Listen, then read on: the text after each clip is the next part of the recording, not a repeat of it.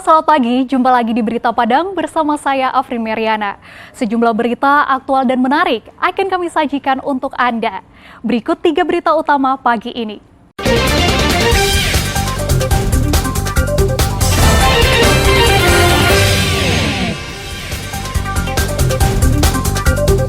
Mahasiswa asal Padang Pariaman tewas di Jepang. Ibunya minta pelaku dihukum berat. Pelaku curanmor bertransaksi dengan polisi yang menyamar langsung ditangkap. Batu malin kundang di pantai air manis terendam.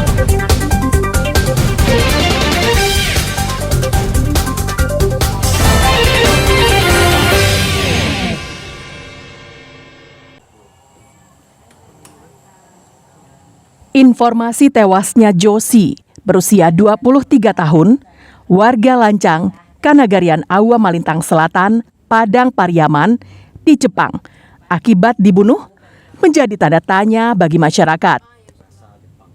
Apa yang menjadi penyebab kematian sebenarnya? Ibu korban, Dasmawati, yang tinggal di negara Malaysia, sengaja pulang kampung untuk menunggu kepulangan jenazah anaknya pada Selasa petang. Sang ibu mengaku tak menyangka anaknya mengalami hal tragis seperti itu, karena putrinya itu berangkat ke Jepang untuk belajar. Dasmawati menjelaskan kalau dirinya terakhir berkomunikasi dengan anaknya pada hari Kamis, tanggal 17 Agustus lalu. 5 hari kemudian, atau tepatnya tanggal 22 Agustus, dia mendapat informasi tentang kematian putrinya di kota Maebashi, Jepang. Dasmawati membantah kalau putrinya yang berusia 23 tahun menjalin hubungan asmara dengan pelaku pembunuh putrinya. Kepolisian Jepang sendiri telah menangkap pembunuh anak tersebut berdasarkan informasi yang diterimanya. Ibu Josi berharap adanya keadilan bagi putrinya dengan memberikan hukuman yang setimpal kepada pelakunya. Saya dapat berita lagi dari pihak polisi yang pelakunya sudah ditemukan. Ya, sudah ditemukan di stasiun kereta api Tokyo, Jepang. Jadi saya minta lagi dengan kepolisian, kalau pembunuhnya sudah ditangkap, saya nak minta keadilan. Saya minta keadilan dengan dekat polisi Jepang, pihak sekolah. Dengan saya melaporkan dengan KBRI, saya minta pelaku ini dihukum atau minta keadilan untuk si Josi. Pihak hukum berjalan seadil-adilnya. Saya minta kalau boleh kepolisian Jepang tu, kalau nyawa anak saya lenyap, saya minta untuk pelakunya juga dihukum mati. Keluarga berharap kepada pemerintah Indonesia melalui KBRI Jepang agar secepatnya memulangkan jenazah Josi untuk dimakamkan di kampung halamannya. Eki Rafki melaporkan dari Padang Pariaman. Itu di belakang saya. Bayang satu mak satu ayah tu berdua sama waktu.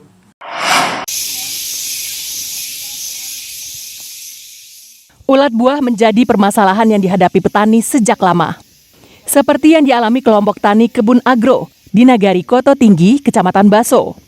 Setiap kali panen, puluhan kilogram cabai tidak bisa dijual karena diserang hama tersebut. Berbagai cara telah dilakukan petani untuk mengatasinya, namun belum berhasil.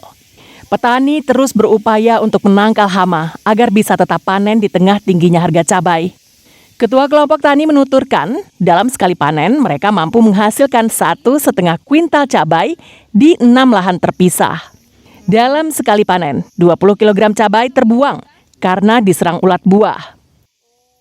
Cabai yang terbuang kira-kira dalam per panen ini bisa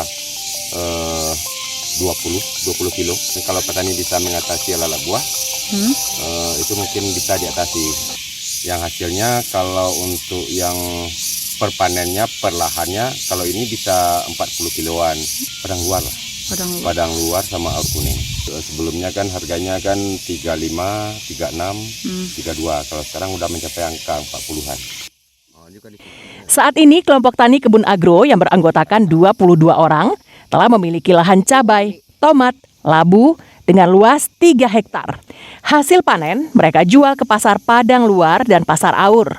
Dan tak jarang, para pembeli langsung datang ke kebun. Dina Amrina melaporkan dari Kabupaten Agam.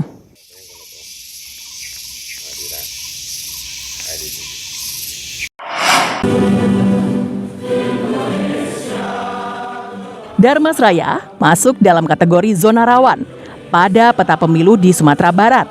Hal itu berdasarkan indeks kerawanan dalam pemilu 10 tahun terakhir. Untuk menghindari terjadinya gesekan dan kekacauan selama pemilu, KPU Dharmasraya bekerja sama dengan Polres Dharmasraya menggelar deklarasi damai di Aula Kantor Bupati Selasa siang. Dari 18 partai peserta pemilu, hanya 11 perwakilan partai pemilu yang menghadirinya, serta para tokoh organisasi kemasyarakatan dan perwakilan Forkopimda. Ketua KPU Dharmasraya membacakan deklarasi pemilu damai yang diikuti oleh seluruh peserta yang hadir. Setelah itu dilanjutkan dengan penandatanganan di baliho besar berdasarkan nama partai politik masing-masing dan peserta lainnya. Pertama, kita mewujudkan pemilu damai ini untuk bisa diimplementasikan di tengah-tengah masyarakat dan tidak ada perpecahan, tidak ada isu sara, dan semoga pemilu 2024 ini berjalan aman, adil, jujur, dan sukses, dan semua pihak untuk ikut andil mensukseskan pemilu di tahun 2024 nanti. Hari ini kita sudah sukses melaksanakan deklarasi pemilu damai tahun 2024. Alhamdulillah seluruh pihak, seluruh elemen masyarakat ikut berpartisipasi. Tentunya ini menjadi semangat baru bagi masyarakat Dharmasraya bahwa tokoh-tokoh kami di Dharmasraya tidak hanya tokoh politik tapi juga tokoh-tokoh organisasi kemasyarakatan bersepakat untuk melaksanakan pemilu secara damai. Diharapkan dengan adanya deklarasi pemilu damai ini, pelaksanaan pemilu di Dharmasraya mulai dari tahap kampanye, tahap pemilihan, hingga pengumuman pemenang akan berjalan dengan aman, damai, dan lancar. Eko Pangestu melaporkan dari Dharmasraya.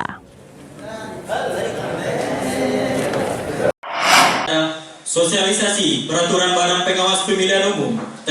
Demi meminimalisir waktu penyelesaian sengketa pada setiap tahapan pemilu yang akan datang, Badan Pengawas Pemilu Pesisir Selatan melaksanakan sosialisasi proses penyelesaian sengketa kepada peserta pemilu dari perwakilan partai politik di Ampek Jurai, Pesisir Selatan. 15 perwakilan partai politik menghadiri sosialisasi tersebut. Tujuan dari sosialisasi ini agar para peserta dan penyelenggara dapat menyelesaikan sengketa yang terjadi pada tahapan-tahapan pemilu dengan cepat. Sosialisasi yang diberikan berupa tata cara proses penyelesaian sengketa pemilu yang dibagi menjadi dua, yaitu sengketa antar peserta pemilu dan sengketa sesama peserta pemilu dan penyelenggara pemilu. Mekanisme yang digunakan sengketa sesama peserta pemilu dengan cara mediasi dan adjudikasi, yakni metode penyelesaian konflik yang menunjuk pihak ketiga sebagai penengah, dengan jangka waktu penyelesaian sengketa paling lama 3 hari, terhitung sejak permohonan disampaikan. Namun jika tidak ada kendala, sengketa tersebut dapat diselesaikan pada hari yang sama. Penyelesaian sengketa yang terjadi antara para peserta akibat peserta pemilu merasa dirugikan oleh peserta pemilu lainnya di lingkup kecamatan dapat diselesaikan oleh Panwaslu Kecamatan melalui mandat yang diberikan Bawaslu Pesisir Selatan. Sedangkan penyelesaian sengketa sesama peserta dan penyelenggara pemilu, dalam hal ini jika peserta pemilu merasa dirugikan oleh putusan KPU, dilakukan dengan cara peserta memasukkan permohonan kepada Bawaslu baik secara langsung maupun tidak langsung. Melakukan tindakan terhadap permohonan sengketa. Yang pertama kita membuka loket permohonan sengketa dari peserta pemilu. Nah, sebelum itu kita lakukan, kita berharap sesama kepada peserta pemilu untuk memahami bagaimana prosedur nanti dalam menyampaikan permohonan sengketa tersebut. Aturan ini tertuang pada Undang-Undang Nomor 9 Tahun 2022 tentang tata cara penyelesaian sengketa proses pemilu. Banta Fauzan melaporkan dari pesisir selatan. Di tanggal 19 Agustus sampai 23 Agustus